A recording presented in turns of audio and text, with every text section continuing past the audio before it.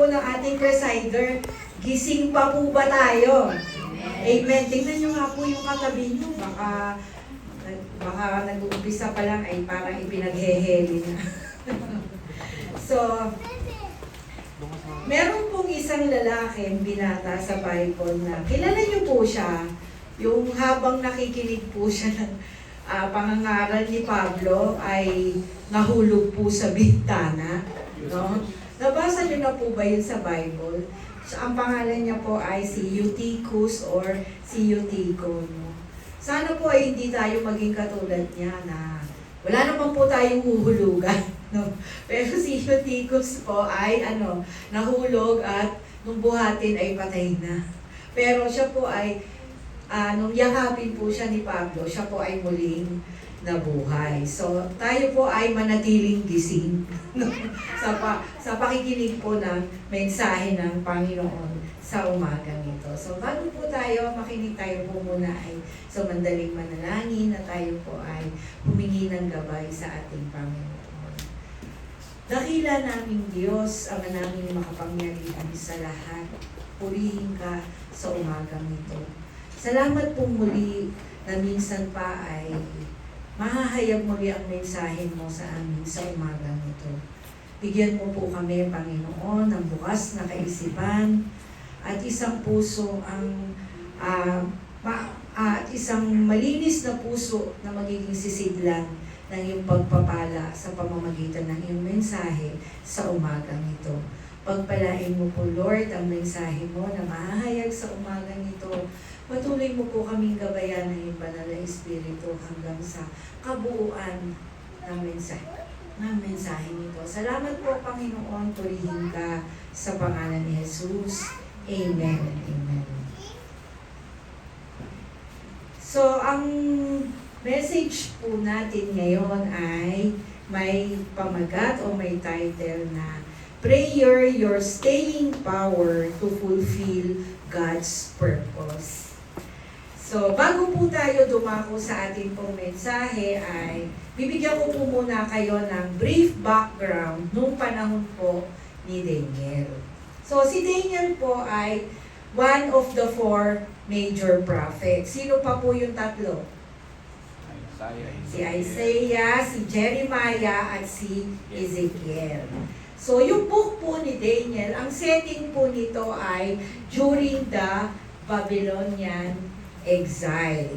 Yung period po na yon, yung kingdom po ng Judah was conquered by the Babylonian Empire at marami pong Jewish people, kasama na po dun si Daniel, were taken into exile in Babylon for 70 years. So, si Daniel po ay nag-serve sa government ng Babylon for about 60 years during the reigns of yung 4 na king, no? Si Nebuchadnezzar, si Belshazzar, si Darius, at si Cyrus. So, inutusan po ni King Nebuchadnezzar na yung pong mga youth o yung mga batang captives, kasama na po dun si Daniel, kailangan po ay i-train sila to adopt the Babylonian culture. Kasi syempre Jewish sila. Gusto po ng king na maging Babylonian po yung kanila pong culture, no? So, even their names were changed to Babylonian names. So, si Daniel po, ano po ang naging pangalan niya? Belshazzar. So, yung tatlo po, di ba, yung tinapon po dun sa burning furnace, di ba? Si Hananiah, pinalitan ng Shadrach. Si Mishael, pinalitan ng Meshach. At si Azariah ay pinalitan ng Abednego. So, Daniel's name means God is my judge in Hebrew. At yung Belshazzar naman, ang ibig sabihin naman sa Babylonian ay He whom Bel favors. Si Bel po ay Babylonian God. So, in order to assimilate the Babylonian culture, not only their names were changed, hindi lang po yung pangalan nila pinalitan, no? Even their diet, diba yung food nila, no? They were taught the Chaldean education and their lifestyle. Binabago po talaga ng hari para maging totoong Babylonian na po talaga sila. Parang bine-brainwash sila, wini-win yung hearts nila para po ma-adapt nila yung Babylonian culture. But Daniel did not compromise nor yield to what was being asked of them. Diba? Hindi siya sumunod. Ayaw niyang kainin yung pinapakain sa kanya ng hari. No? He was committed to maintaining his own convictions, remain true to their Jewish faith. So talagang nanatili po siyang tapat sa kanya pong pagiging Jewish at sa kanyang pananampalataya. So, his faith to God was intact. Buong-buo po ang pananampalataya niya sa Diyos. Bakit po? Because Daniel was a man of prayer. So, Daniel's character as a man of prayer. So, number 1 po, he prioritized prayer. So, bakit po natin nasabi? So, siya po ay may disciplined prayer life, no? Siya po ay laging nananalangin. Inuuna niya po ang pananalangin sa buhay niya. So, dito po sa Daniel chapter 2, verses 16 to 17, yung lahat po ng mga tagapayo ng hari ay nagpapanik. Bakit po? Kasi wala po kahit isa na makapag-interpret ng dream ng hari, At kahit po si Daniel ay hinilingan na din po ng hari na i-interpret yung kanyang panaginip. Kasi wala nga pong makapag-interpret ng kanyang panaginip. Pero ang sabi niya po ay bigyan po muna siya ng panahon at babalik po siya sa hari para sabihin kung ano po yung panaginip na yon. So this allowed him to go back to his room to pray and actively seek the Lord's guidance. So talaga po makita natin dito na bago po siya gumawa or bago anumang pong bagay, inuuna niya po muna na siya ay nananalangin.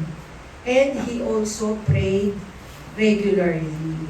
Hindi po yung mananalangin na yung bukas hindi, mamaya mananalangin, mamaya hindi. So, he prayed regularly. Ilan pong beses? 3 times a day. So, kung paano po siguro siya kumakain, ganoon din po siya nananalangin. So, tayo po, baka naman po tayo ay pag kumakain lang, tsaka tayo nananalangin. Sana nga po, kahit po sa pagkain ay mga panalangin naman po tayo. So, in spite of his many duties and all the stress that he may have had, he made time for prayer. So, bilang po siya ay, counselor ng king, may katungkulan po siya.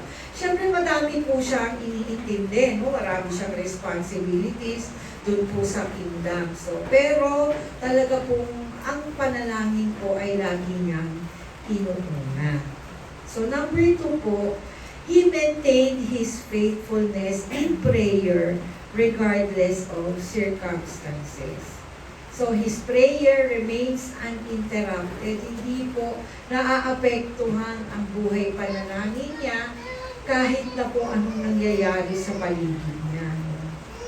His prayer remained uncompromised. So, hindi po nababago yung paniniwala niya pagdating po sa panalangin. Kahit na po nung nalaman niya, na bawal na po, may batas po yung hari na bawal ng manalangin sa ibang Diyos, maliban sa hari.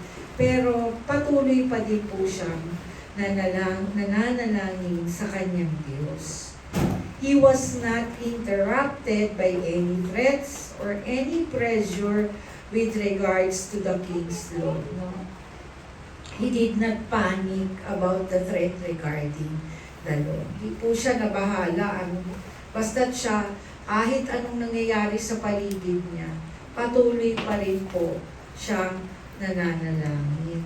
So, as for us now, our prayers are usually interrupted not by threats, but simply by the pressure of our schedules. Tama po. Tayo po sobrang busy natin. No? Naranasan nyo na po ba na sobrang pagod nyo sa gabi, na pag kayo'y nananalangin ng amen nyo ay sa umaga na lang?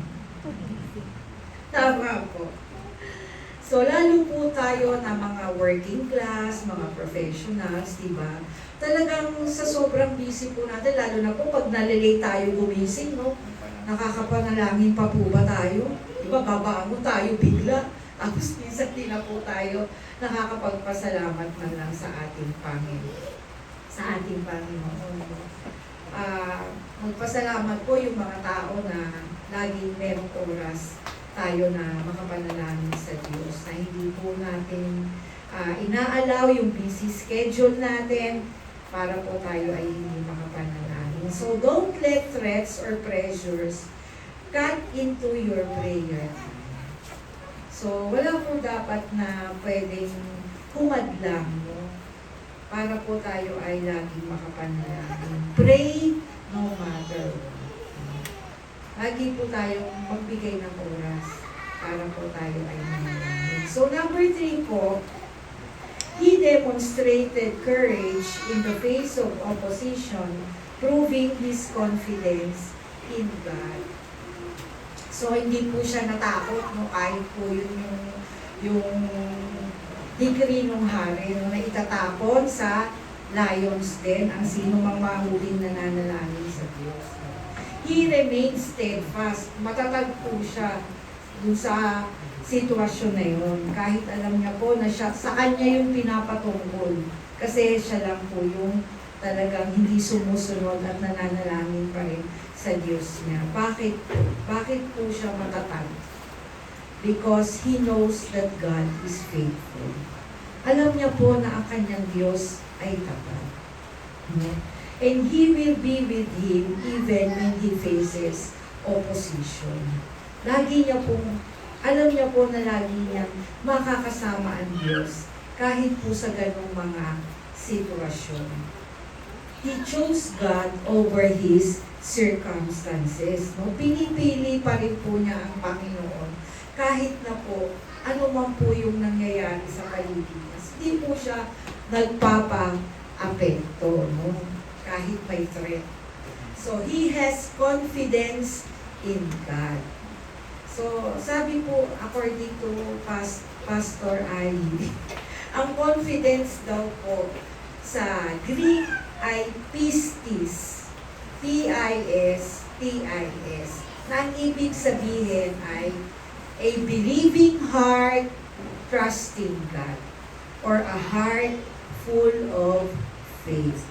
No? At sa New Testament naman daw po, sa Hebrew, ang pistis po ay reliance on God's character or dependence on God's character. So, sa Diyos po, nagtitiwala at nagdedepend. So, as believers in Christ, whenever we face the unknowns of life, the best place for us is to pray to the Lord. So, bakit hindi natakot si Daniel sa magiging parusa sa pagsuway sa utos ng hari? Because he knew his God. Kilala niya yung Diyos niya. No? Sabi nga po sa Psalm 34 verse 4, I sought the Lord and He answered me and delivered me from all my fears. So, application of Daniel's prayer life. So, prayer as a lifeline. Pag sinabi po natin lifeline, prayer is our support. No? Our support in maintaining a relationship with God. No? So, as we all know, ang prayer po is communication with God. Talking to God. And in order to know God better and have a deeper relationship with Him, we should always connect to Him through prayer. We should have a constant communication with God. Di ba tayo po? Sino po dito ang may mga best friend? Naging best friend po ba natin ninyo na isang beses lang natin siyang nakilala?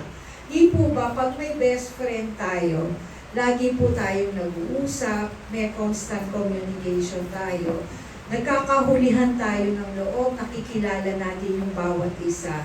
So, kaya tayo ay nagiging mag-best friend. So, ganun din po sa Panginoon. Pag tayo po ay laging nananalangin, nakikilala po natin kung sino yung Diyos natin. Pag lagi natin siyang kinakausap, we will have a deeper relationship, we will have a deeper connection with God through our prayer. Number 2 po, prayer in difficult times. So when facing challenges and opposition, the more we should be encouraged to pray. So dapat po, pag tayo po ay may mga mahihirap na sitwasyon, mga struggles, the more we should pray. Kasi po, yung prayer po is our source of strength. No? Doon po tayo kumukuha ng lakas. So, Daniel's prayer life sustained him through a difficult situation. What do we do when we faced with a difficult situation? Are we like Daniel? Katulad po ba tayo ni Daniel na lumuluhod muna sa Panginoon, nananalangin, humihingi ng tulong, humihingi ng gabay, nagpapasalamat? Do we pray or panic? Ano po ba ang mas magandang gawin? Mag-pray o mag-panic? Minsan po nauuna yung panic, no, bago mag-pray. No? Minsan, guilty rin po talaga ako siya. Lagi lang po akong pinapaalalahanan ni Deacon Hill na, Ma, meron tayong Diyos. No? Alalahanin po natin yun. Tuwid po tayo mahaharap sa mga sitwasyon na parang nawiwindang talaga tayo. Alalahanin po natin lagi, meron tayong Diyos. No? Instead of panic, we pray. Because prayer is more effective than panic. No? Prayer confirms our hopelessness. Pag nagpapanik tayo, parang wala na tayong pag-asa. Pero meron naman tayong Diyos. No? Prayer confirms your hope in God. No? Meron po tayong Diyos na lagi nating maaasahan. Pag naalala ko po yung lagi sinasabi ni Brother Hill na, Ma, meron tayong Diyos. Parang po binubuhusan ako ng malamig na tubig. Pero totoo naman po minsan kasi sa mga sitwasyon na nakakabigla, minsan talagang ang nagiging reaction natin is we panic. But lagi po natin tandaan, meron po tayong Diyos na lagi nandyan para po sa atin. And number 3 po ay a committed prayer life. So, as believers po, we ought to establish consistent prayer habit just as Daniel did. So, ano po yung habit niya? Praying 3 times a day. So, hindi naman po kailangan siguro 3 times. Siguro po, pwede lang 2 times. Or kahit po kung anong oras natin, may tinatawag nga po na tayo, di ba, na short breath prayers. So pag may naalala po tayo, we can just bow our head and pray. Minsan po, di ba, merong nagme-message sa atin, paki-pray mo nga ako, ganyan. So we can always bow our head to pray, kahit po maikling panalangin. So we do not just run to God when we have immediate needs. Hindi lang po pagka tayo ay sobrang nangangailangan, no? Yung agad-agarang pangangailangan na tayo ay mananalangin. Dapat din po ay talagang we will make prayer our habit. So we should not wait until we are in a tough situation to learn about prayer or to pray.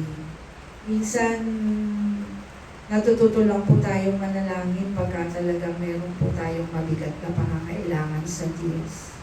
Sino po yung mga ganun or guilty sa ganun? I remember a time po, nung high school kami, bagamat dito po sa dati naming pananampalataya. Pag exam week po, daming tao sa chapel.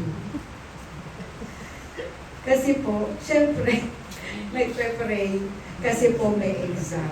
No? Talaga po ano yung napapansin ko po, naalala ko pa po yun. Na pagka po, punong-puno po ang chapel pagka examination week. Our prayer should not be a last-minute plea, but a consistent practice. Hindi po yun yung ultimo ora na tsaka ka pa mananalangin, pero hindi naman po masama. Pero sana po ay hindi lang po sa mga oras na gano'n tayo nananalangin. Sana po lagi-lagi. Sana po consistent yung ating pong pagpe-pray, no? And also, we should learn to pray relentlessly. Ibig sabihin po relentlessly, not giving up. Di po tayo sumusuko. Sabi nga po, sa 1 Thessalonians 5:18, pray without ceasing. And sa Colossians 4:2, devote yourselves to prayer. At sabi po dito sa Psalm 55 verse 17, sa umaga't hapon maging sa gabi rin, aking itataghoy ang mga hinaing at ang aking tinig ay kanyang diringgin. So keep on praying until God answers. Patuloy po tayo, huwag po tayong isang beses, dalawang beses, hanggang tumugon po ang Panginoon, patuloy po tayo mag-pray. Whatever God's answer is to our prayer, we know He will not disappoint us. Hindi po tayo bibiguin ng Diyos. Napakabuti po ng ating Panginoon. Mahal na mahal po tayo ng Diyos, di niya po tayo bibiguin. Psalm 22 verse 5, to you they cried and were delivered. In you they trusted and were not disappointed. Kahit kailan hindi po tayo bibiguin ng Diyos, lagi po nating tandaan na napakabuti po ng Diyos sa buhay natin. So for our conclusion, in order to fulfill our God-given purpose, we need prayer to be our staying power. No?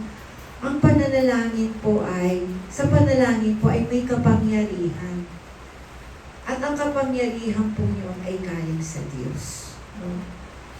Like Daniel, he was able to serve in a foreign land that was hostile to God, without compromising his faith because he was a man of prayer.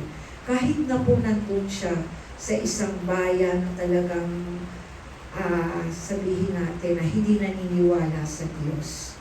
Pero hindi po niya na-compromise yung faith niya dahil sa panalangin. Patuloy po siya nananalangin. What will keep us going when we face the uncomfortable, unpleasant, and unknown situations of this life? As believers in Christ, we must make time for prayer. Sino po talaga dito yung laging nananalangin? The Lord knows. Sana nga po kahit dun sa video natin every Monday, sana po ay lagi tayong sama-sama manalangin. So, sabi ko nga po kay Brother Ipang, nanonood kaya sila ng video ng prayer. Sabi niya, bahala si Lord sa kanila kung nanonood sila kasi si Lord naman ang nakakaalam. So, God hears every single prayer. Amen po. Our cries. Umiyak po tayo sa Panginoon. Ako talaga, umiiyak ako kay Lord. Our pleas and requests, even the spoken ones of our hearts. No? Kahit na po yung mga hindi natin nasasabi, pero nandun sa puso natin. Naririnig po ng Panginoon. Meron nga po akong experience dyan ng panalangin ko. Nakalimutan ko na siya talaga. Siguro, hindi ko po in-apply yung pray until God answers. Talagang isang beses ko lang po siyang ipanalangin. And then, nung kailangan ko na po yung tugong sa panalangin na yun, talaga po ako ay nagulat. Talagang nandun po na tinuko ng Panginoon yung panalangin yun. And then that was the time na doon ko lang naalala na ipinanalangin ko pala yun. No? Ang Panginoon po hindi nakakalimot yan. Kahit isang beses mo lang siya ipanalangin, pero pag alam niya na yun ay kailangan niya ng tugunin, tutugunin niya po yun. Ganun po kabuti ang Diyos. And sabi po ni John Wesley, the best of it is God is with us. So ang Panginoon po ay lagi nating kasama. Lalo na po pag tayo po ay nananalangin, ang Diyos po ay laging nariyan at nakikinig sa atin. So, tayo po ay nawa ay ang mensahe, maikling mensahe po ng Diyos about prayer ay maisapuso po natin. Sabi nga po, wala po daw Kristiyano na hindi marunong manalangin. Wala daw po Kristiyano na hindi nananalangin. So, kaya po, bilang mga mananampalataya, lagi po natin tandaan, napakahalaga po na tayo ay may buhay panalangin. So, tayo po ay manalangin na muli sa ating Panginoon. At ipagpasalamat natin sa Kanya yung napakasimpleng mensahe, but I believe na it is a reminder for all of us na nais po ng Diyos na tayo lagi mag-pray. Aming Diyos, maraming salamat po sa mensaheng ito, Lord, na nagpapaalaala sa aming Panginoon kung gaano kahalaga ang aming buhay pananalangin. Thank you for reminding us, Lord, na lagi mo kaming iniintay na kausapin ka through our prayer. Turuan mo po kami, Panginoon, to make time always to be with you in our prayer, to talk to you, na ibukas namin lagi ang aming mga puso sa iyo sa pamamagitan po ng aming pong pananalangin. Na hindi po namin, Lord, i-neglect ang aming pong prayer life. And like Daniel, na siya po sa anumang pong sitwasyon na meron sa buhay niya, hindi po siya natakot, hindi po siya nag-alala, dahil kilala ka niya po. Dahil siya po ay laging nananalangin sa iyo. Kilala niya ang Diyos niya. Sana po ay ganun din kami, Panginoon, sa buhay namin. Na lagi naming maalaala at lagi naming tandaan sa kung ano bang sitwasyon, Panginoon, na meron kami, ikaw ay laging nariyan. Meron kaming Diyos na hindi kami iiwan, hindi kami papabayaan.